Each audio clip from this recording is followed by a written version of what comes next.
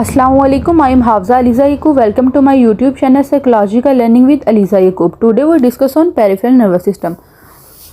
सबसे पहले हमने अपनी वीडियो में डिस्कस किया नर्वस सिस्टम को कि नर्वस सिस्टम क्या होता है। नर्वस सिस्टम के फर्दर टू पार्ट्स हैं जिन्हें कहा जाता है central nervous system and peripheral nervous system. Central nervous system में हमने डिस्कस किया ब्रेन एंड स्पाइनल कोड को। देन हम अपनी इस वीडियो में डिस्कस करेंगे नर्वस सिस्टम के सेकेंड पार्ट को, जो कि है peripheral nervous system. Peripheral nervous system.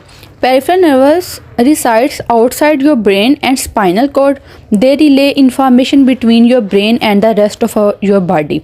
Peripheral nervous system का क्या काम होता है कि वो जो ब्रेन होता है और जो बाकी रेस्ट ऑफ योर बॉडी है, यानी कि जो हमारी नीचे जो lower part of your body है, उनके दरमियान को एक रिलेशन बनाता है, इंफॉर्मेशन को कन्वे करता है। The peripheral nervous system is one of two component that make up the nervous system of bilateral animal with the outer part being the central nervous system. कि सेंट्रल नर्वस सिस्टम और peripheral nervous system ये दोनों मिलकर जो है ये nervous system को बनाते हैं। The peripheral nervous system consist of nerves and ganglia which lie outside the brain and the spinal cord. जो पेरिफेरल नर्वस सिस्टम होता है ये कंसिस्ट होता है नर्व्स के ऊपर, जो कि डिफरेंट किस्म की नर्व्स होती हैं, sensory nerves, motor nerves, interneurons, और गैंग्लिया होते हैं जो कि सपोर्टिंग सेल्स होते हैं, और ये ब्रेन और स्पाइनल कोड से आउटसाइड होते हैं। यानी कि सेंट्रल नर्वस सिस्टम में हमने मेन पढ़ा था कि ब्रेन और स्पाइनल कोड होती है जो मैसेज को कन्वे करती है आगे। अब पेरिफेरल नर्वस सिस्टम जो होता है वो सेंट्रल नर्वस सिस्टम के साथ मिल के वर्क करता है। कभी भी सेंट्रल नर्वस सिस्टम सेपरेट और peripheral nervous system separate work नहीं करते, ये हमेशा मिल के वर्क करते हैं। अब हम डिस्कस करते हैं पेरिफेरल नर्वस सिस्टम के फंक्शंस क्या हैं। The main function of the peripheral nervous system is to connect the central nervous system to the limbs and organs.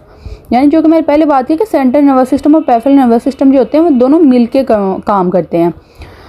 तो ये पेरिफेरल नर्वस सिस्टम क्या करता है, ये सेंट्रल नर्वस सिस्टम को कनेक्ट करता है हमारे लिम्स और ऑर्गन्स के साथ, essentially serving as a relay between the central nervous system, the brain and spinal cord and the rest of the body. यानी सेंट्रल नर्वस सिस्टम और जो होता है पेरिफेरल नर्वस सिस्टम ये मिलके दोनों इकट्ठा वर्क करते हैं और मैसेज को होल बॉडी में ट्रांसफ़र करते हैं। Peripheral nervous system has two parts. Peripheral nervous system आगे फर्दर जो है वो टू पार्ट्स में डिवाइड हुआ है, जो कि somatic nervous system and autonomic nervous system.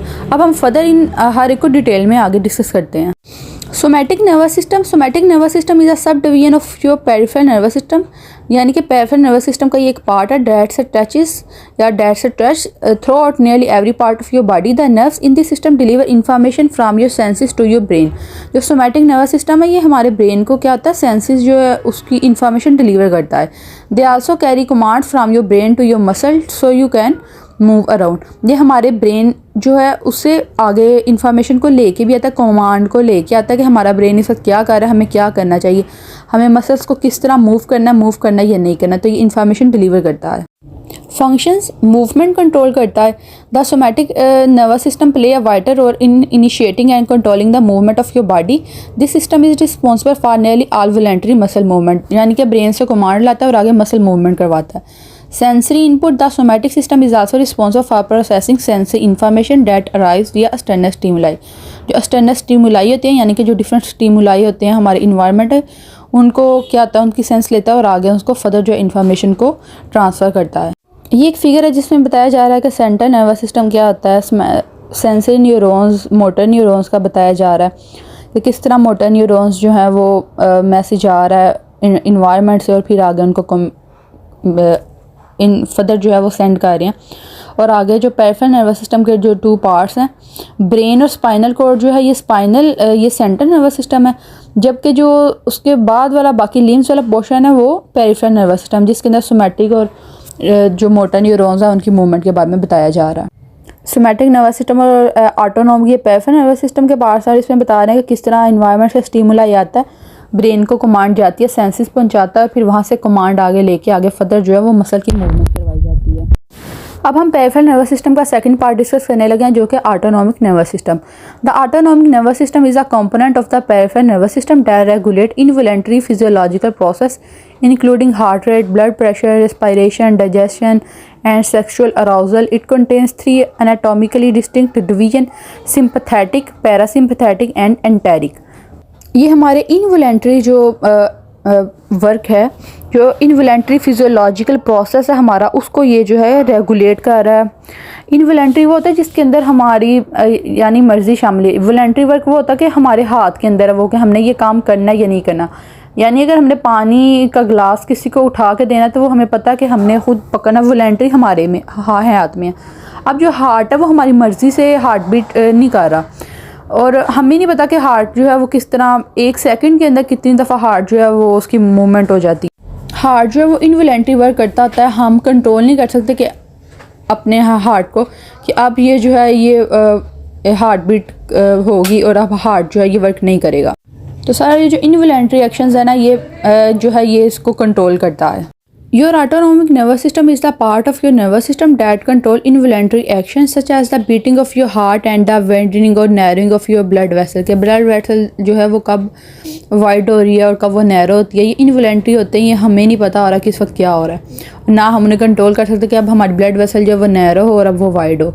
ये तमाम इनवॉलंटरी एक्शंस जो है ना इसको कंट्रोल करता है। When something goes wrong in the system, it can cause serious problem, including blood pressure problem and heart problems। यानी कि जब इसके अंदर कोई रॉन्ग फंक्शन हो जाएगा या सिस्टम के अंदर कोई रॉन्ग एक्टिविटी हो जाएगी या प्रॉपर फंक्शंस नहीं होंगे तो इसके साथ क्या होता है, सीरियस प्रॉब्लम्स जो होती हैं, यानी कि मुख्तलिफ़ किस्म की जो मुश्किलात है उसका हमें सामना करना पड़ सकता है, यानी कि हार्ट प्रॉब्लम्स हो सकती हैं और जो ब्लड प्रेशर प्रॉब्लम है ना वो भी हो सकती हैं। ऑटोनॉमिक नर्वस सिस्टम जो कि हमने पढ़ा है कि वो इनवॉलंटरी एक्शंस को कंट्रोल करता है, उसको फर्दर 2 पार्ट्स में डिवाइड कर दिया गया, the sympathetic division and the parasympathetic division. अब हम फर्दर इन दोनों को डिस्कस करते हैं।